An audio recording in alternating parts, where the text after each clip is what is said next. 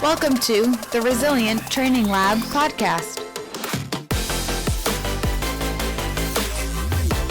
What's going on, everybody? Welcome to another episode of the Resilient Training Lab podcast. Today we're joined by Amanda LaCroix.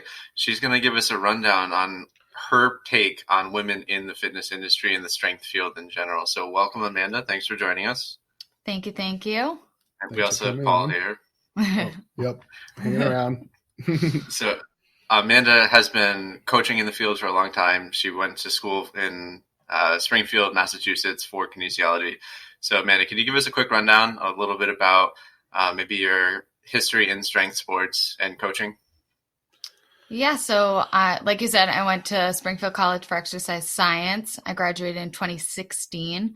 I started coaching at a primarily women's gym at the time and was there for a while. I've competed in some powerlifting meets and strongman competitions. Strongman definitely has a little bit more of my heart. It's where I started competing and kind of sprinkled in some powerlifting meets here and there. It's also where you met the guy sitting next to you, right? Yes. We met from a strongman competition. It was a couples contest. My brother ditched me for somebody else. So I was partnerless and he promised to find me a partner. So Paul offered. So that's how we originally met. We met because he agreed to do the show. And then we're like, well, we should probably train together and, go out to eat. And that was the start of it. And her brother gave me the wrong number, and I texted her, and she never answered. And I was like, would it be unusual? Because I'm not good about texting back, but I promise I wasn't ignoring you. And then 2 weeks later, she texted me. I was like, oh, Paul's thinking that Matt's clowning on him. Yeah. That's funny. Well, you got a pretty strong partner, so that's good. Yeah, I'm pretty sure we came in probably last because of me, but he carried us through. Well, you guys can do another one soon. So if we go back before, Springfield and before strength training, when you got your entrance into, I guess, physical activity, did you start with sports? I was never very athletic, but I did like moving and physical activity and all that. So I did play volleyball in high school. I was not great, but I played all of the time. So I ended up being okay because I played basically 6 or 7 times a week. But I also started going to the gym. I was kind of introduced to that because my brother and cousin did a bodybuilding show. So I saw them going to the gym, them getting stronger, leaner, the whole thing. And when I was 16, I was diagnosed with an eating disorder. So that's when I actually started going to the gym, and I used it as a way to burn calories. And I basically would just do cardio, group classes, spin classes, all of that on top of, at the same time, I was doing volleyball.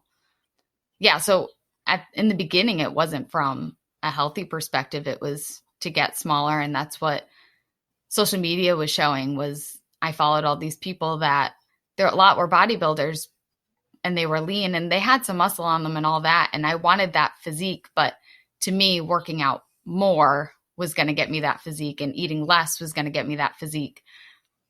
And that kind of continued until I went to college the first time at Elon University. And when I was there, again, I just continued to overexercise and undereat, and I didn't socialize much, and it was just about that stuff. And I ended up coming home after only a semester. And when I came home, I knew something was wrong. I was going to therapy and all that, but I didn't have any direction. I was really uneducated on how to get stronger, how to work out in a healthy way. So I did end up starting working with a personal trainer because I wanted just some guidance, basically. And she was great. She really, especially for somebody that's coaching a female, she really showed me how I could lift weights, how to progress things. Each week, we would either try to add some reps or add some weight. And I was introduced to squatting and deadlifting and all that. And I really, really loved the process of it all and could kind of see from there that this was something that I really wanted to do as a career. I wanted to basically what she did for me to introduce me to the weights versus just doing those group classes and doing a million reps with 10-pound dumbbells. She showed me what I could do by increasing weights. So that's when I decided I wanted to go to Springfield College for exercise science. My brother was already there, so he kind of helped give me an idea of what it would be like to go there and all of that. So once I started there, that's really when I got hooked on the strength stuff. I started going to, my brother was the coach of the club, Team Iron Sports. So that's where I really got started. And I was the only girl at first, and I was pretty intimidated. And I did leave actually the first night. I did not stay. I went and worked out in the regular gym with everybody else. I ended up going back for the second time. And what I realized was nobody cared that I was a female. Nobody cared that I was only deadlifting 135 pounds. And I just felt really accepted there. And that Team Iron Sports was a pretty legit crew. Springfield kind of created a powerlifting strongman club, and that original club with Matt LaCroix and had Rob Kearney and Pat Davidson and Alicia. I can't even The Hadge brothers. The Hadge brothers. Yeah. So there's some like real legit strongmen and names in the fitness world that kind of trained there with her. Yeah, it's a lot of strong people that you just listed out. So Amanda, you covered a lot of ground there. Yeah. Sorry, I went on a little bit of a tangent. No, it's okay. There's just a lot that I think would be interesting to talk about. And so if we back up to when you were 16 and you're following all of these bodybuilders, do you think that there's a fundamental flaw with the way that a lot of this information is being presented from people with no credentials other than what they themselves look like? Do you feel that that facilitates a lot of what these young men and women are seeing and striving towards? Yeah, and especially I think there's been a little bit of a turn, and again, this could be just my perception of it because I try to only follow people that have a better message and all that. But at the time, yeah, I mean, my feed was flooded with people that were doing all, like, they were over exercising, under eating, and getting these lean physiques, and they're putting information out there that isn't backed by research, and it's what people see and they see people with these great bodies and they want it. And especially females, like, they care about what they look. And so they want to do what those people are doing on Instagram, following them, thinking that that's going to get them the results they want. Yeah, I've always felt that there's a disconnect between what might necessarily be considered healthy and what's going to drive the most, like, I'm going to put in air quotes, the best looking physique, right? Because from a judge's standpoint, a bodybuilder might have like the best physique on stage, but that's not necessarily a result of the most healthy habits. So it's almost like we're striving for something that's unrealistic and unhealthy, but it's being put on this pedestal as if it's like what everybody should be striving towards. Yeah, no, absolutely. And what happens is, I mean, those girls and guys that step on stage, first of all, they only look like that for a day.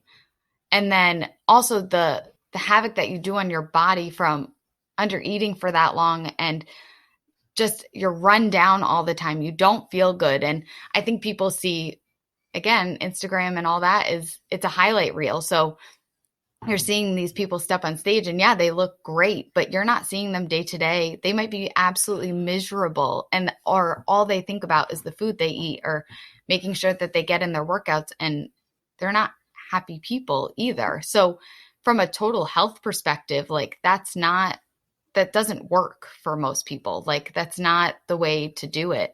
And I saw the biggest changes once I gave all that up, once I started working out less and focusing on just strength. And that's when I saw changes in my body. I could finally put on muscle because I wasn't working out for 3 hours a day, every day.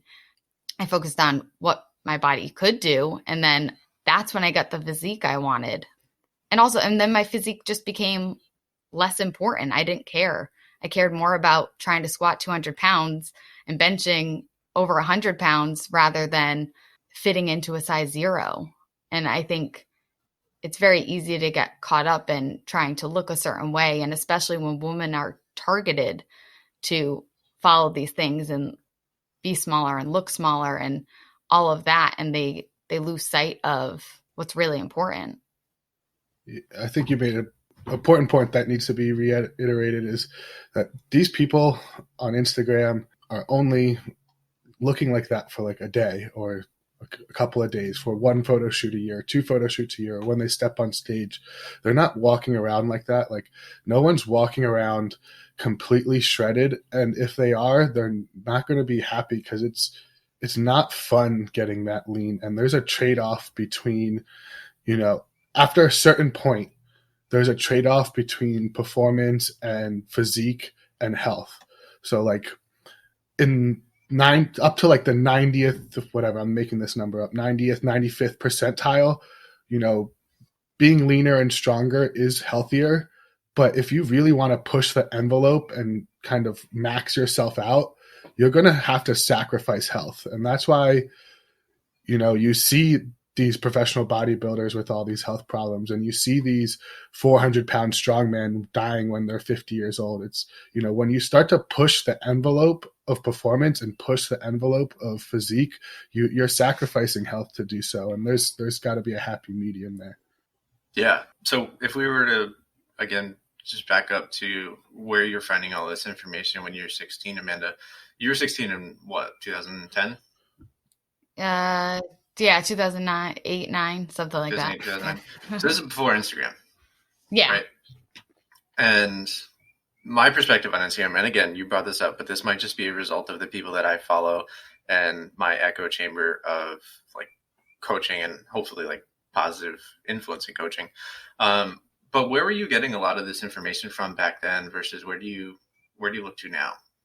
So back then I was a huge blog reader, and I still do like to read some here and there. I was constantly reading blogs, and a lot were just women, and they would show what they eat in a day or the workouts that they did and all of that. And that's where I got really all my information, or misinformation at the time. And it was very easy to find those resources, and it was much harder to find things that were research like backed and all of that. So that's definitely where I got most of my information.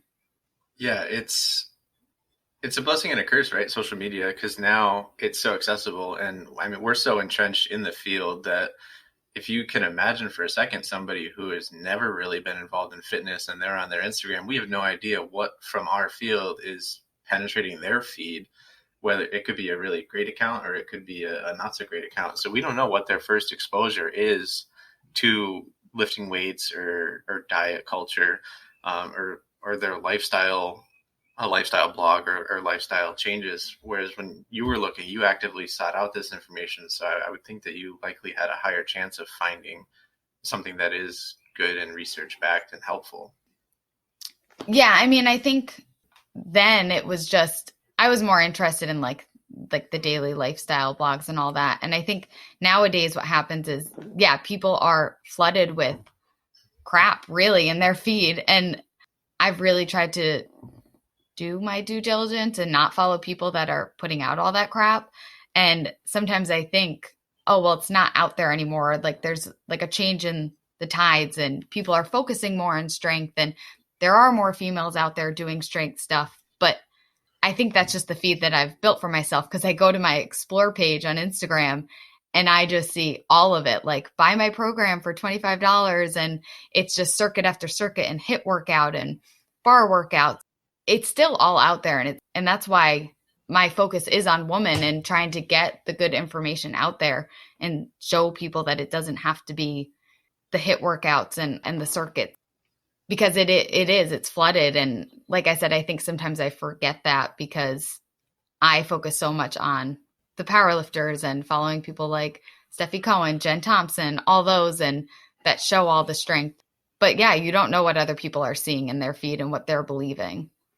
Well, and I think as like a teenager, you're kind of drawn into the, I hate to use the word, more like gimmicky posts versus the scientific ones, because 16-year-old me was not reading a post that had any big words in it or Yeah. had any sort of science in it. Like as soon as I did, I'm like, what's that guy talking about? Sounds like school. I'm gonna read this other person's post because he's jacked and he's talking about crushing things and ripping things apart. Like, so Yeah, you it's much kind more of get simple. like you kind of get pushed towards that, like people that are maybe better at marketing and not as strong in the research and actual education side of things.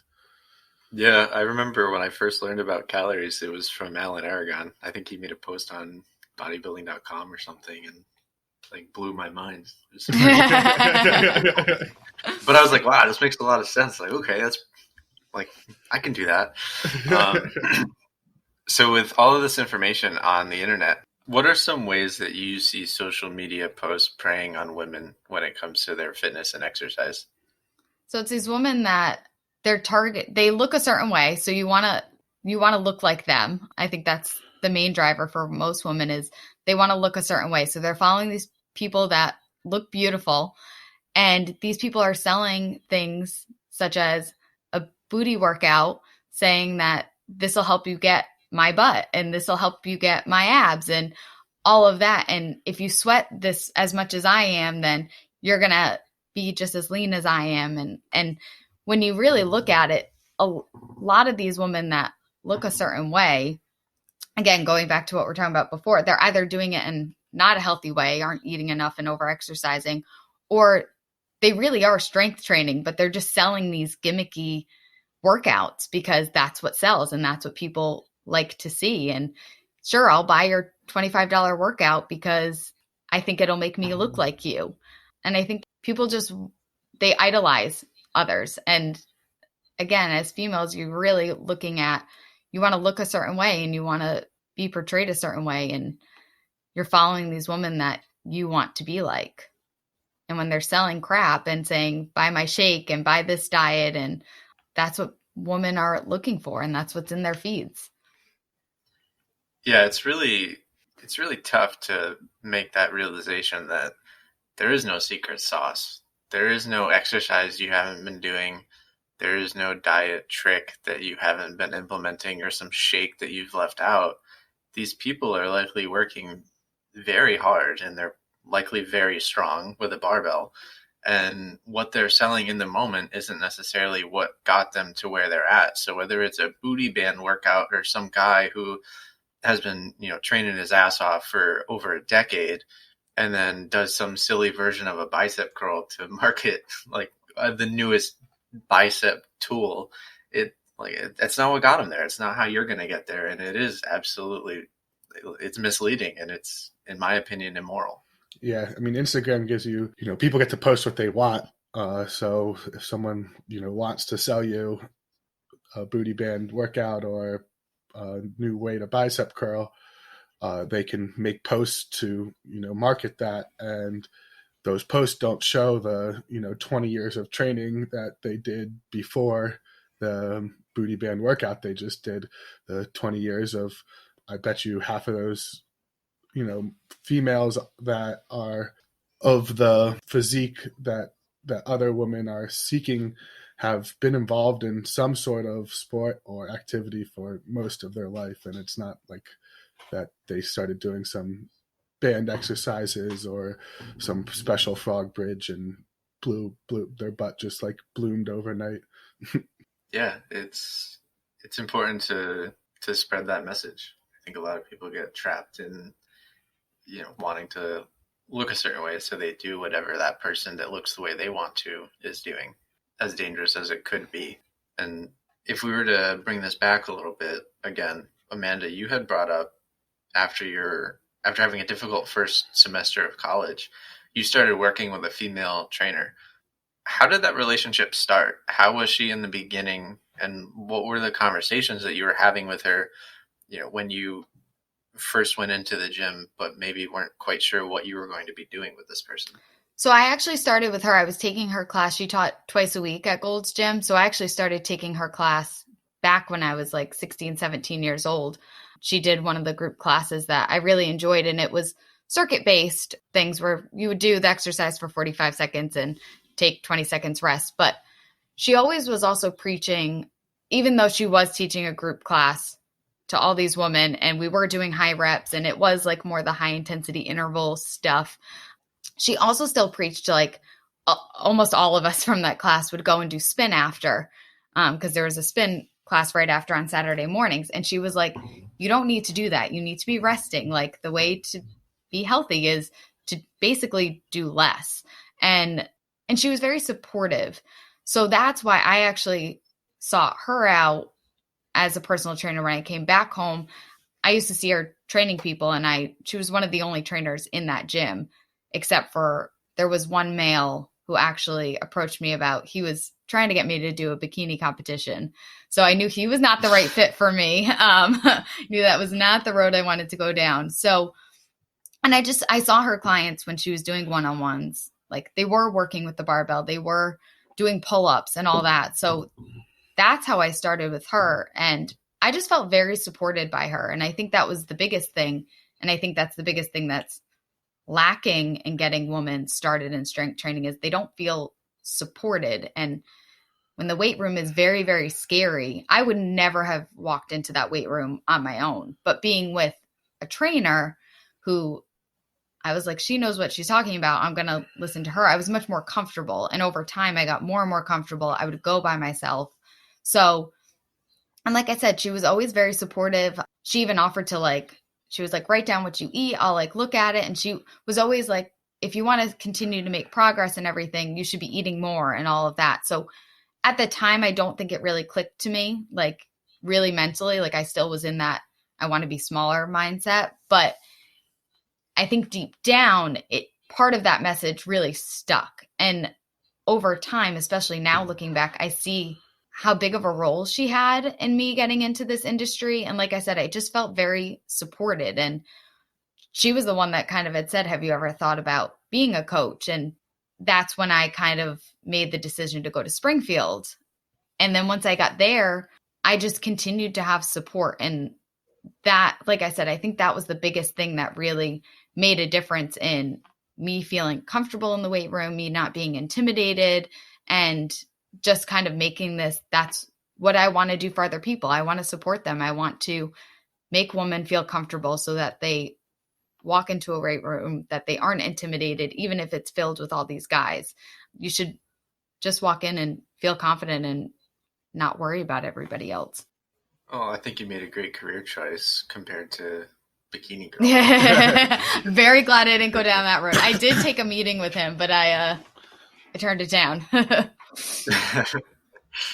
Paul, that's something that we see a lot too, is people just craving the support. And I don't think that when most people seek out a trainer, just like you did, Amanda, that they're necessarily aware that that's what they're looking for.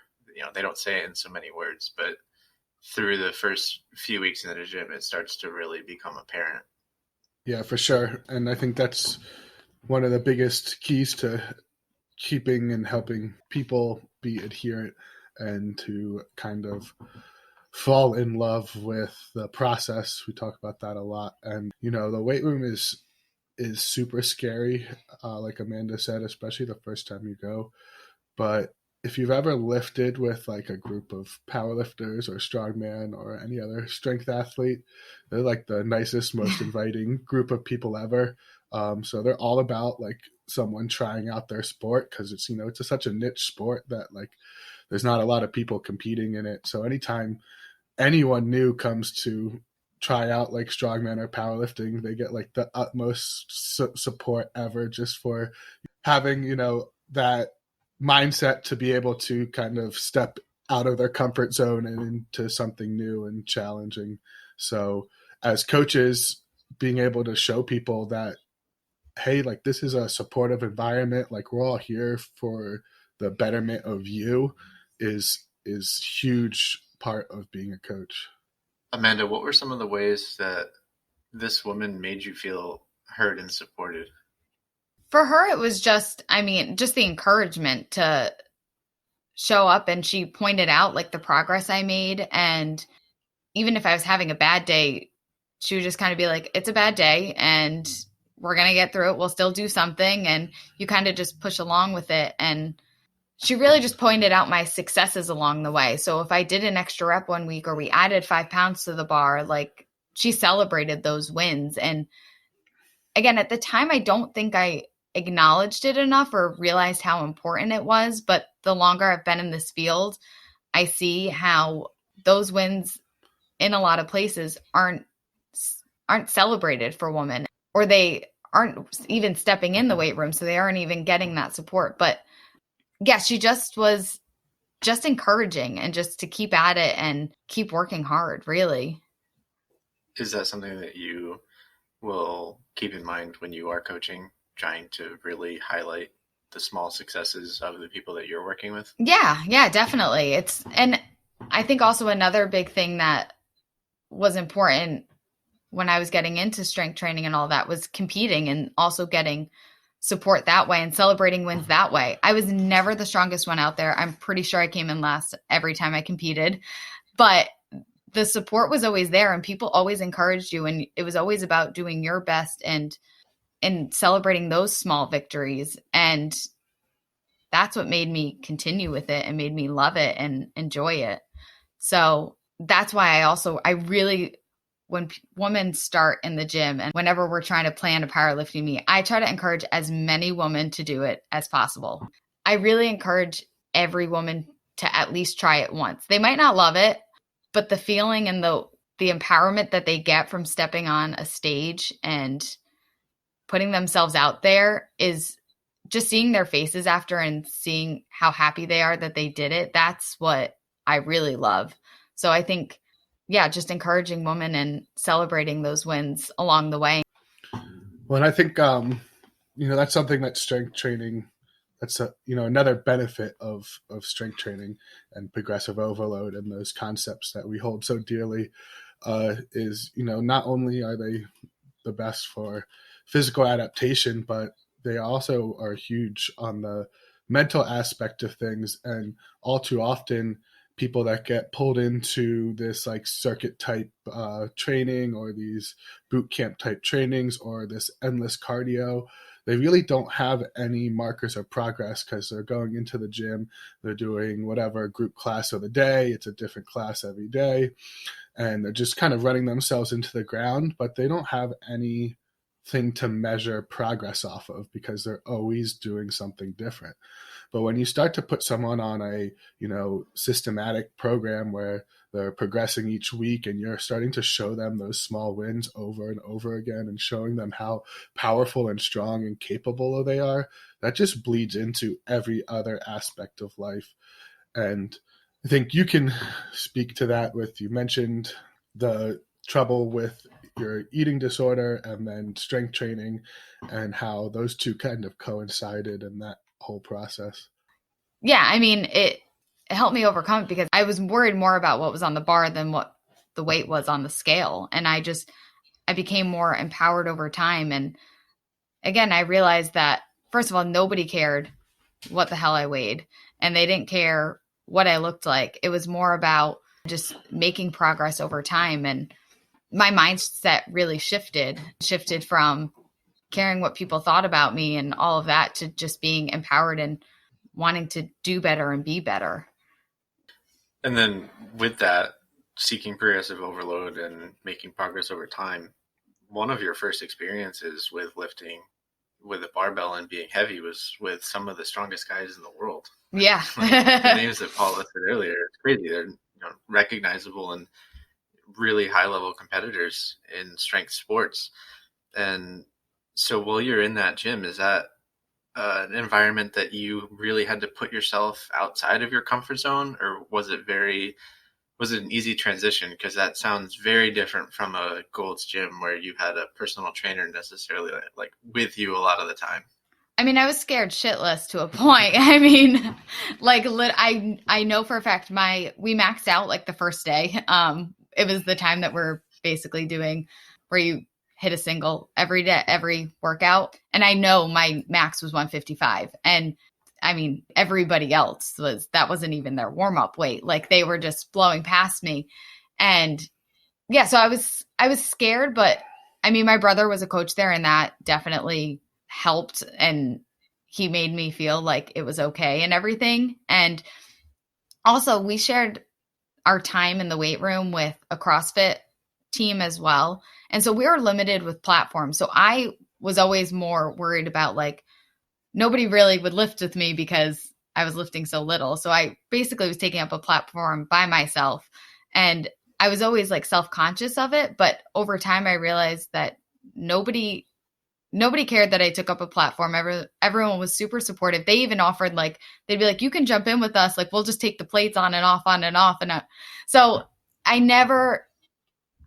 was never like shied away from. Nobody was like, oh, you're the only girl in here, or you weigh 100 pounds. You have no business being in here. Like, never, ever got that. And again, these were people that were extremely strong. There was one other girl that ended up joining, and she was way, way stronger than I was, but always was willing to be my partner, always was willing to like encourage me and be like,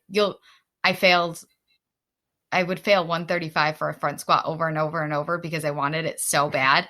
And she was always like, you'll get it next time. You'll get it next time. And yeah, I think, and even stepping into like Lightning Fitness and stuff, I never felt judged or anything like that. And I think I was always a little self-conscious to start with, but over time I really felt supported and people were encouraging.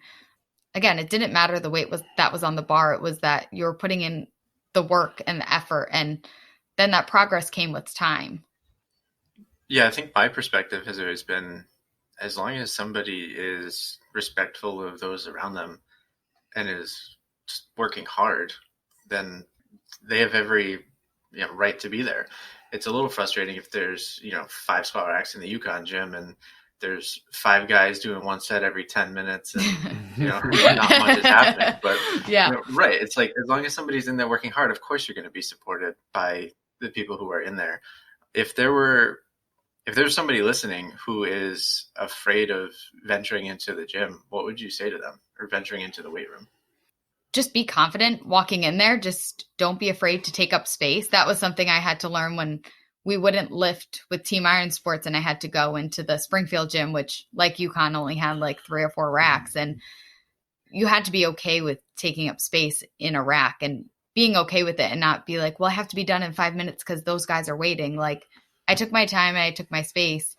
Or find a partner, find somebody that's going to support you. Maybe it's somebody that I had roommates that would ask like, can you go with me or something like that? Because they would be stuck upstairs in the cardio section and they wanted to go down to where people lifted weights, but that intimidation would stop them. So just finding somebody to go with and just doing it really it's just taking that step in. And it's scary at first, but I've never had somebody that's taken that step into the weight room and regretted it. Everybody has always been happy that they did it. And then they get hooked too. Once you start going and you get more comfortable, you're hooked from then. Are there behaviors that gym goers should be aware of that are making women feel more uncomfortable in the weight room? I mean, I've definitely been approached like, when are you going to be done? Or like the eyes that look at you. And I've even had people just try to even intimidate you or try to get you out of there, or even just like kind of belittle you in a way. Like you shouldn't be lifting that. I've gotten that a lot from more at Gold's Gym than at Springfield College, but should you really be doing that? Or you don't want to get too big, or all these things that would try to break me down. But by the time that I was at that point and walking into the gym, I didn't care about what people thought. But if I was 16 and guys were saying that to me, then I would have been broken down more. Even I had somebody, when I was working with the personal trainer, I had somebody come up to me and was like, be careful working with her. She makes women's legs too big.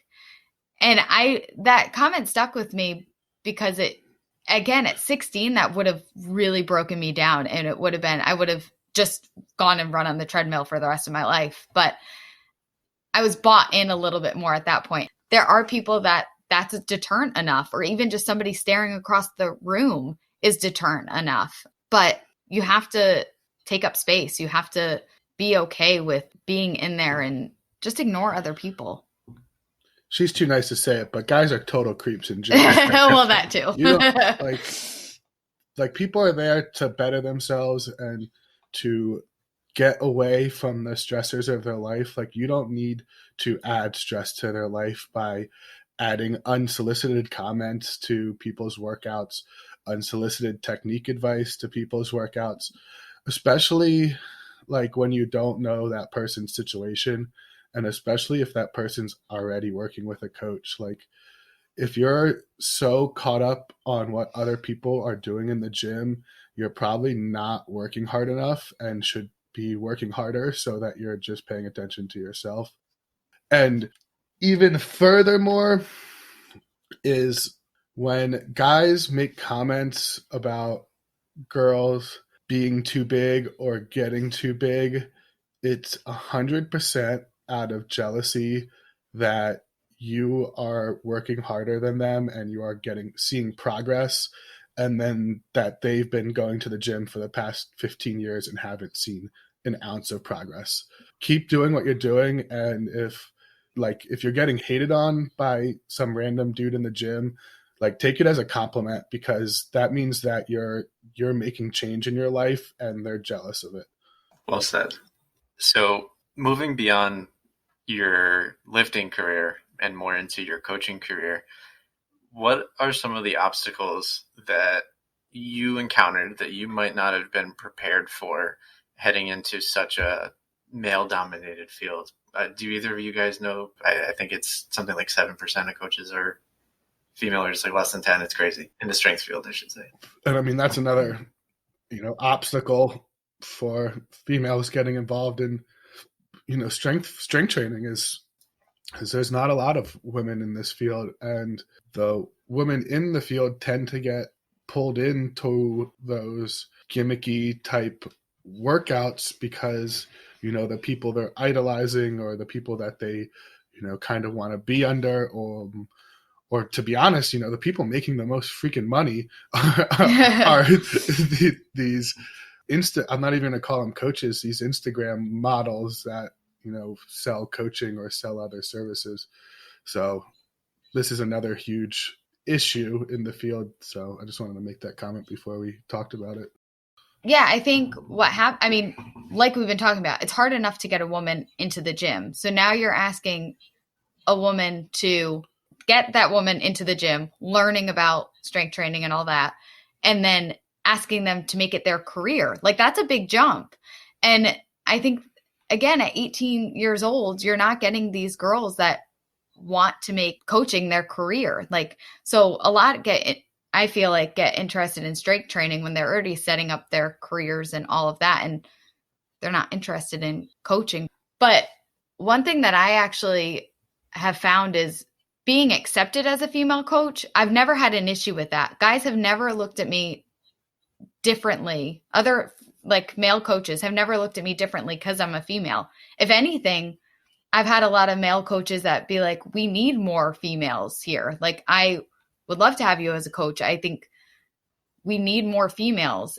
The hardest part is getting women into the weight room and then getting those people to coach and getting them educated, because it's very easy to be an Instagram model and sell your little circuit and make money that way than to become educated, do research, make that your career. It's a harder sell.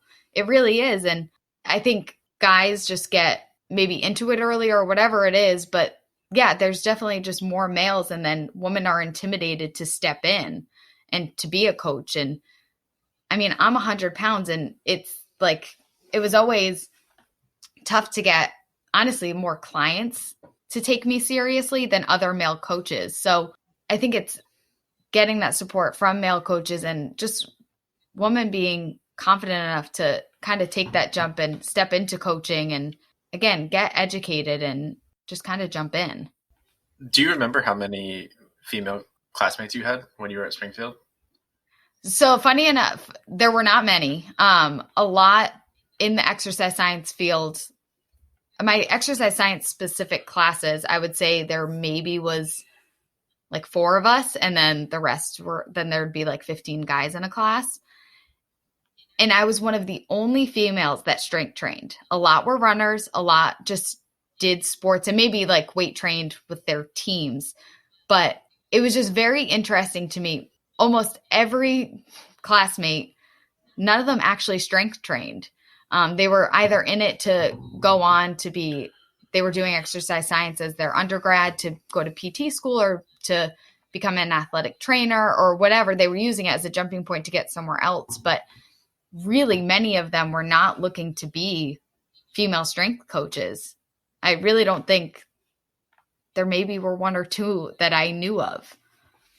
Well, I think you hit on a huge point there, is that females tend to not be introduced to strength training at as early of an age as, men are. And this, starts down all the way in, the middle school and high school levels where, guys are encouraged to strength train for sports, but females don't really get that encouragement.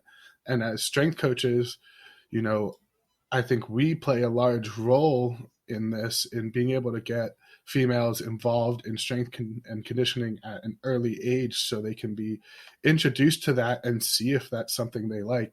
Because I know personally, I started lifting weights for sports in high school and realized that I, enjoyed the training process more than the actual sport. And from a very early age knew like I wanted to be a strength coach, and like went to college and that's what I wanted to do. But if I was never introduced to strength training as an athlete, then, none of that would have happened. And I would have been in college with no idea about my love for strength and conditioning.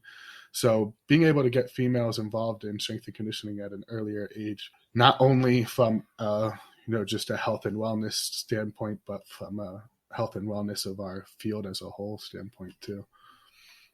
Yeah, I mean, my high school had a weight room, and the only people that used it were the football team. Like, we never did strength stuff. We practiced our sport and we ran. That was it. So I think, yeah, if I was introduced to it, if we started in the weight room in high school, maybe I would have done that from the start. I was originally an international business major, so I think I would have gone right to exercise science potentially. Yeah, like she only got a chance to realize that exercise science was her career choice because, her first stab at college didn't quite work out. So, if that didn't happen, she wouldn't be here either. So it's, again, getting people involved at an early age. And I mean, it's a struggle, don't get me wrong, because I was, a strength and conditioning coach at a high school for over 2 years.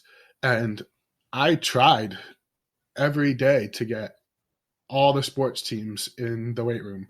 I was available. I had programs written out for every sports team. And, minus the football team and, the basketball team a little bit, I got pushback from the coaches. It wasn't even the kids. The kids would want to come, and the coaches would be like, no, can't have our girls training. They're going to be too strong and not be able to shoot a basketball. And I'm like, all right, tell that to LeBron James. But like, so it's a systematic type dilemma that, needs changing from the ground. Yeah, I remember my first experience with strength and conditioning was high school summer program. And I would always go at like 8 or 9 in the morning. So the football team they were always done. And there may have been, I think there were probably like 4 or 5 girls who would go. And, whether they were some of the best athletes in the school because they were some of the strongest, or they were just going to be the best athletes no matter what, who knows. But it was a really small population or percentage of the population. I'd be really curious what that percentage of female participants is at now, when strength training is largely more accepted than it was back in 2006 and 2007. But Amanda, in your opinion, what are some of the things that we can do to start getting women interested in lifting weights at an earlier age so that they have the same maybe opportunities in this field that the men are getting? I mean, I think it's just like opening it up to them. I think it's these sports teams that are allowing the guys in the weight room, but women aren't getting access to it.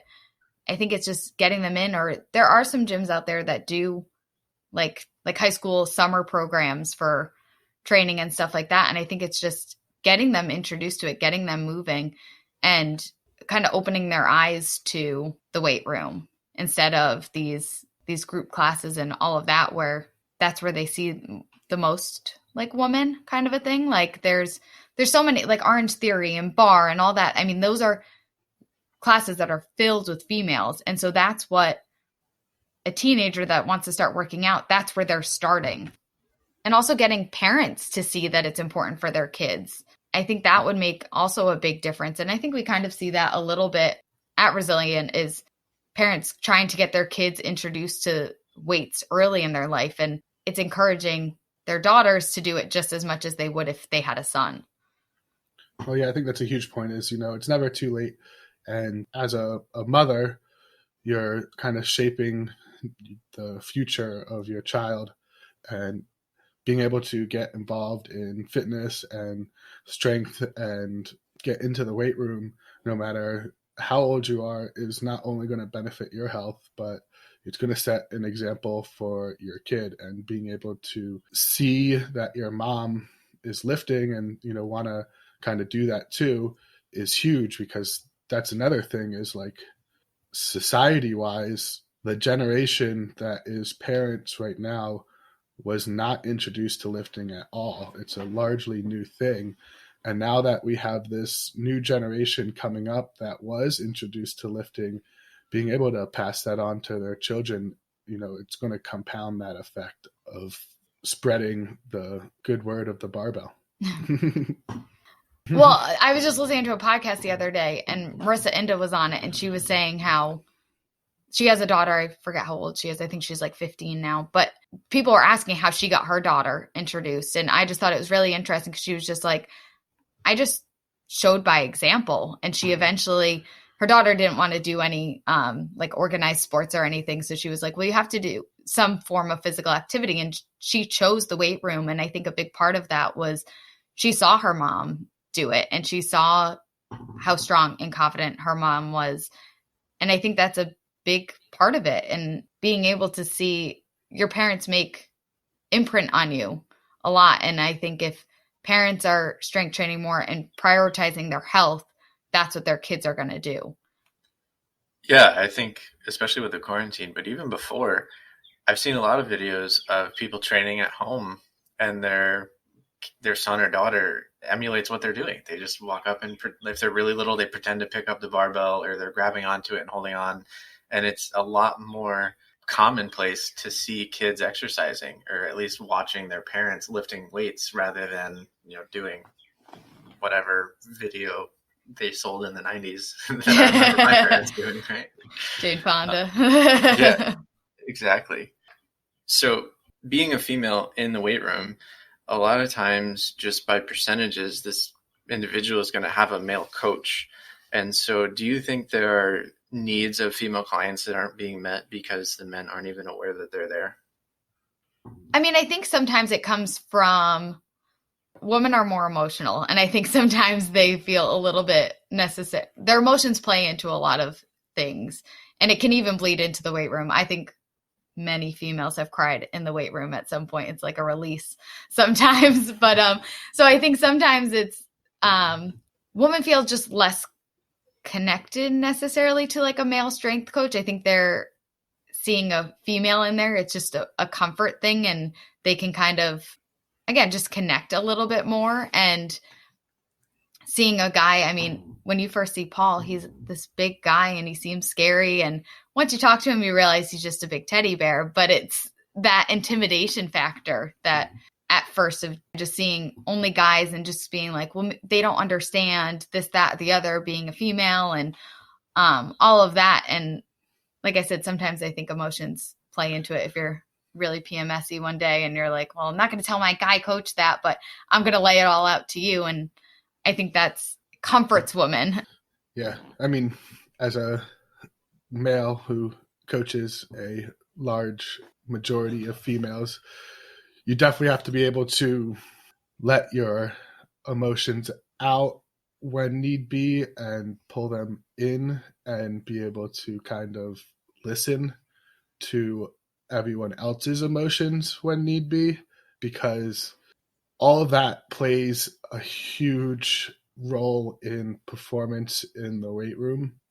And as a coach, that's probably the most important part of being a coach, is being able to connect with your clients and be able to learn kind of their I don't know, they're like tics or kind of what they act like when they're having a good day versus a bad day, and knowing when to kind of ask comforting questions versus when to kind of step back and give that person their space becomes a little more important. Well, I think it's always important and it's always overlooked, but coaching a lot of females makes you realize how important it is. And, you know, as I'm saying this out loud, you know, guys do the same thing. They just try and hide it. So it's... Yeah. Yeah, I think women make it more, they let you see a little bit more that like relationships are very important. And when you think about it, especially a lot of like our clients is they go to work, they go to the gym, and they have like their families. So those are their like relationships. And so your relationship to your coach is very important. And it's hard to, you guys are very, very good at it. And I think your clients would agree with me and in building those relationships. But I do think that there are places that relationship part of it and the community aspect isn't as important. And it's just kind of like overlooked. And it does make a big difference. You feeling comfortable, especially if you come in on a shitty day and you feel like crap and you don't want to be there, being able to like either look at your coach and them just knowing from the look on your face, or you just being able to say like, I feel like crap today. Like I don't want to be here or whatever. And again, that support comes in, just feeling supported and you guys saying it's okay. But I don't think every place is like that. And I think if you walk into a gym and your coach is like, well, whatever, you do your program for the day, like that's not encouraging. That feels like crap and you don't feel heard. So again, I don't want to say that's all males. Of course it's not, but I think sometimes that's the perception that women have. So they connect more to a female coach. And I think just males might need to be a little bit more, I guess, aware of the importance of that relationship aspect of it. Well, I think that's an important point for coaches in general is, you know, you want your gym or your program to be somewhere people come when they feel like crap or when they had a bad day, not somewhere they avoid when they had a bad day. All too often I hear people go, oh man, I can't go to the gym. Like I had such a stressful day today. I'm worn out. Like it should be the opposite. It should be like, hey, like I had a horrible day today. Like I can't wait to get to the gym and see my friends and be able to unwind. And I know like my supportive coach will be there and he's going to be able to tell me things are right and help me modify my program so I can still be successful today. Like people should want to go to the gym when they have a bad day. It should be a stress relief. It should be something that helps them mentally, helps them physically. And if you can't, as a coach, you need to create that environment. It's not going to happen automatically. You need to create an environment of support, an environment that people want to come to when they're having a bad day. Yeah, I think that's a great point. And something else that I was thinking about while we were talking about that was women who are pregnant, and that being one of the big differences that training a male versus a female could entail. And I know that Amanda has some experience in working with women through pregnancy, and that's likely, I know we've talked about this, but that's one of the only differences between training men and women, right? Their training shouldn't be any different outside of that circumstance. So I was hoping you could talk a little bit about that. Yeah, so I'm trying to think of how I even really got started, and I've always been obsessed with babies, so I think that's been why it was so interesting to me. And again, going back to the blog reading, I still, like I said, read them from time to time, but there were a lot that ended up, they got pregnant and they would describe their journey and all that. They would do weekly or monthly updates. And one that was always, it seemed like people never knew what to do was when it came to like their workouts and being pregnant and what was okay and what's not okay and all of this. And there's a lot of confusion, and especially back, I don't know how many years ago, but like it was, don't strength train, don't do any of that, like stop everything. And we know that's not the best path. You want to continue moving. And again, I think I got to see a lot of perspectives just from hearing people's stories of the ones that continued to exercise and just kind of like listen to their body. Maybe they went from training for 5 times a week to 3 times a week, but they stayed moving. And really the days that they worked out, they felt the best. Women that experience like extreme tiredness and nausea, they tend to feel best on the days that they move.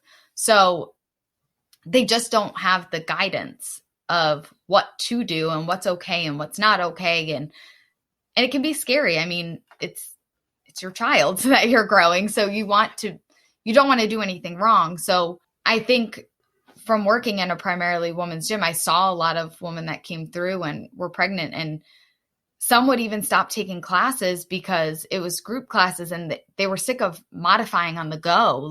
And they were stuck with the same 3 exercises to do in class. And it became a lot, or it was a high intensity class where there was a lot of jumping, which is not your best thing to do. And some would do it just because that's what the board said. The board said to do box jumps. So I'm doing box jumps, and it was just like, or they're doing burpees. And so it became really interesting to me. And I wanted to become more educated on it so I could help women navigate this time. Your body's changing, and it can just feel uncertain. So that's when I did my certification for the Girls Gone Strong, the pre and post-natal certification. And I also follow Brianna Battles is a really good one that to follow.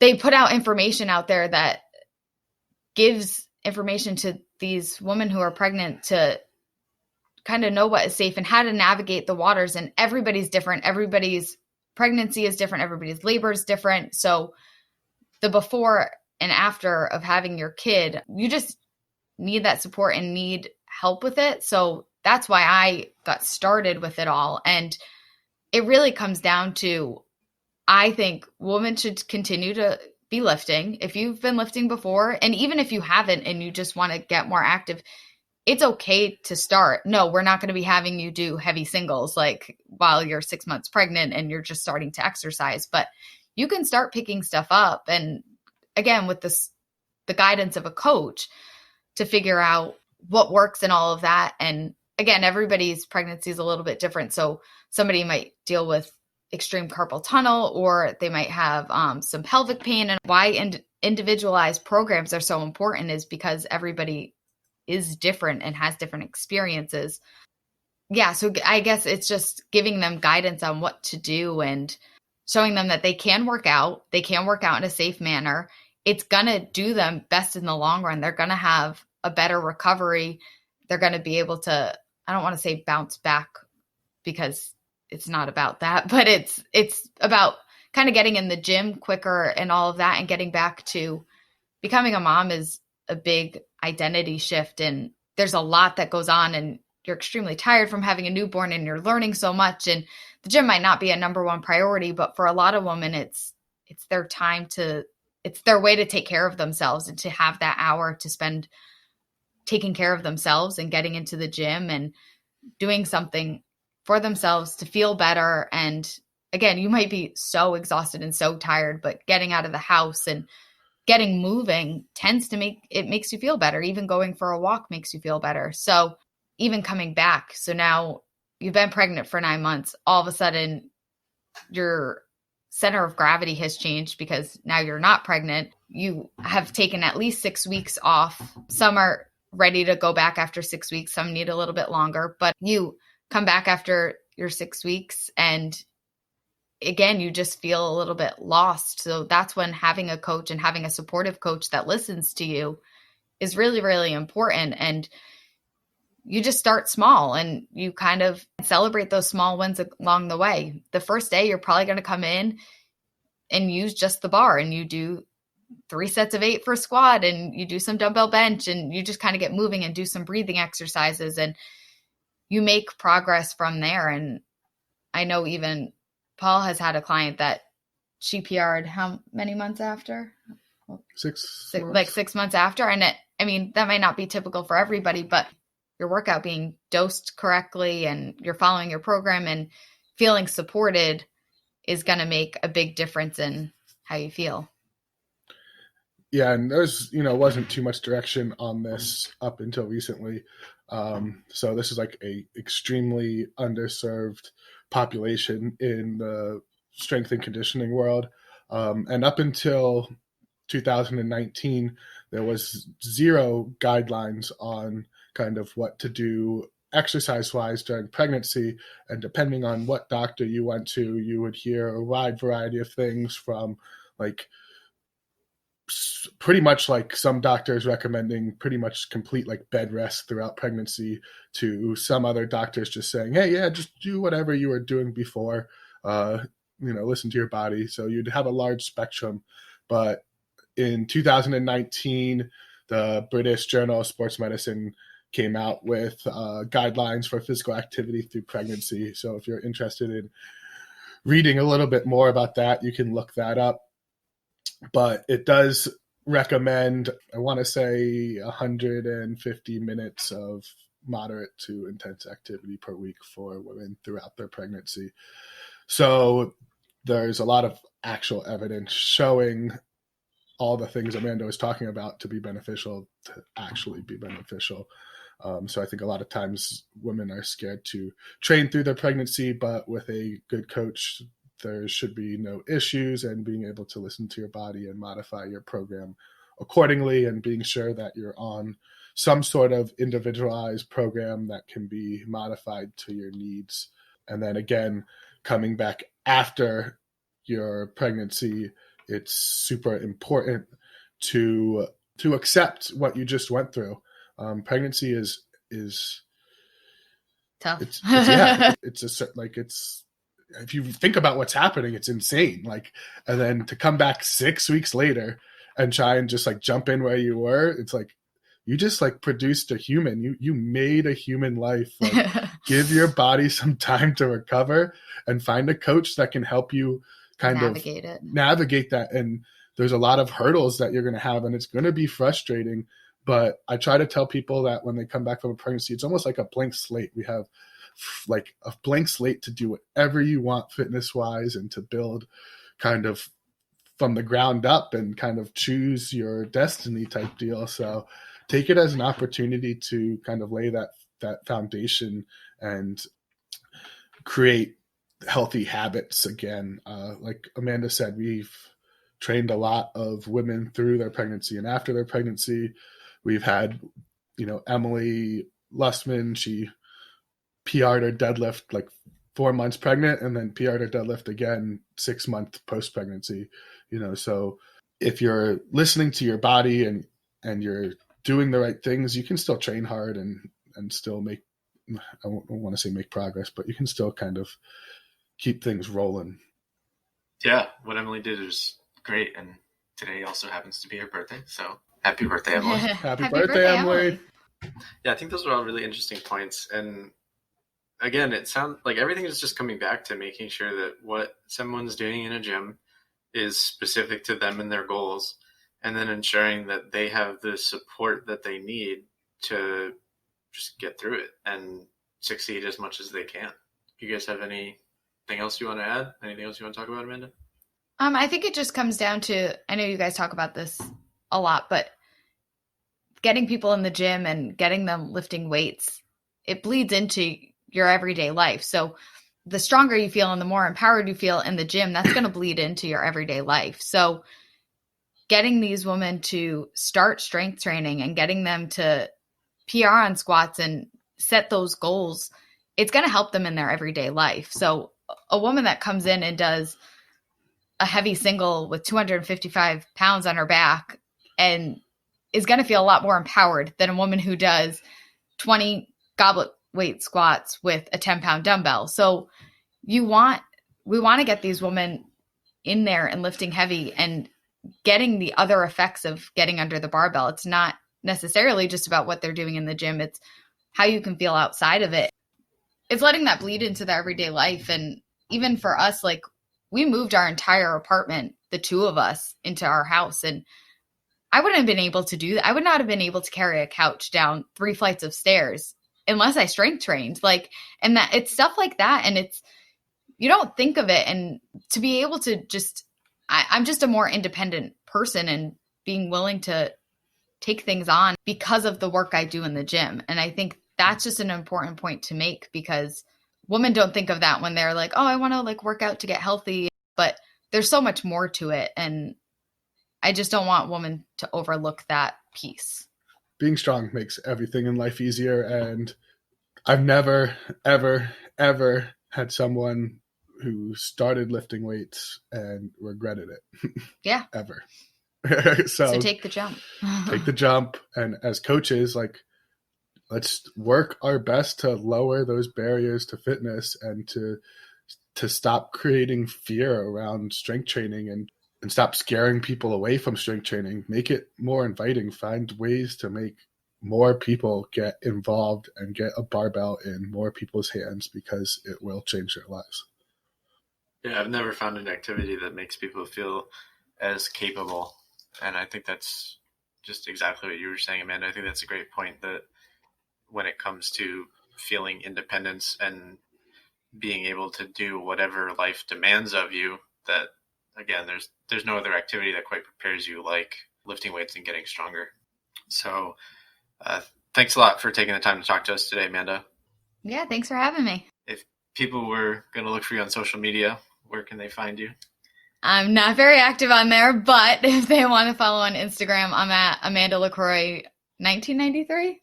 That's Doesn't even know her own Instagram. That's how much she's on it. You might find pictures of my dogs. You can reach out through us. Them working out. Yeah, exactly. Yeah. And then email actually is probably the best way to get in touch with me, and that's just Amanda@resilienttraininglab.com. Yeah, so Amanda handles a lot of our behind the scenes stuff and make sure that everything's running smoothly at Resilient Training Lab. So if you want to reach out to her or have any questions about Resilient Training Lab, she's a good person to reach out to at Amanda@resilienttraininglab.com. Absolutely. And as always, on social media, we're just Resilient Training Lab, Facebook, Instagram. And I'm Ryan_Resilient. Paul's Paul_Resilient. Thanks a lot for listening, guys. Be sure to leave a review if you liked what you're listening to. We'll see you next time. Awesome. Thanks for coming. Thanks Bye. for listening. Bye, everybody.